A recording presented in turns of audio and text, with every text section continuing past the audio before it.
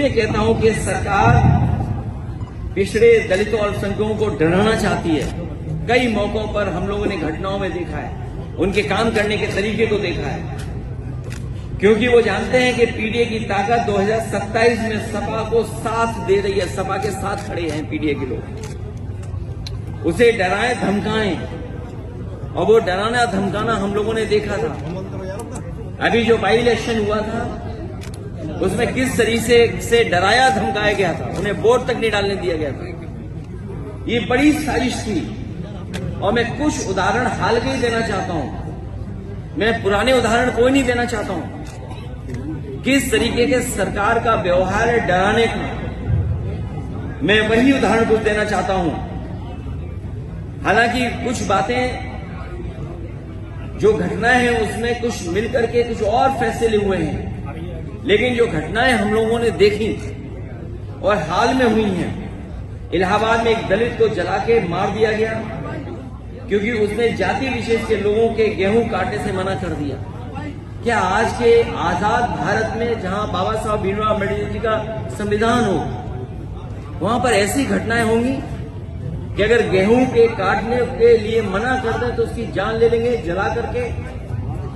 कल आगरा में अभी कुछ दिन पहले और कई दिनों पहले, कई वर्षों पहले भी घटनाएं हुई हैं। उन घटनाओं का मैं जिक्र नहीं करना चाहता हूं, कस्टोडियल डेथ की मैं जिक्र नहीं करना चाहता हूं, लेकिन कुछ दिन पहले आगरा में बारातियों और दूल्हे को घोड़ी से उतार के मारा क्योंकि वो बाबा साहेब अम्बेडकर जी का गाना बजा रहे थे। अगर गाना तेज था तो उसकी शिकायत की जा सकती है, लेकिन गाना आप क्या बजा रहे हैं नहीं बजा सकते हैं। और किस तरह का व्यवहार रहा। इसी तरह इटावा में निषाद युवक को उसके फेसबुक पोस्ट के लिए मारा और अभी तक कोई कार्रवाई नहीं हुई है। अभी हाल ही में फेसबुक पोस्ट लिख दिया, उसने वीरांगना फूलन देवी को लेकर के कुछ लिख दिया, उसको मारा और अभी तक मारने वालों पे कोई कार्रवाई नहीं हुई है। आजमगढ़ में एक दलित दंपति पुलिस से कह रहा था कि आप चल के मेरी बेटी छुड़ा दीजिए।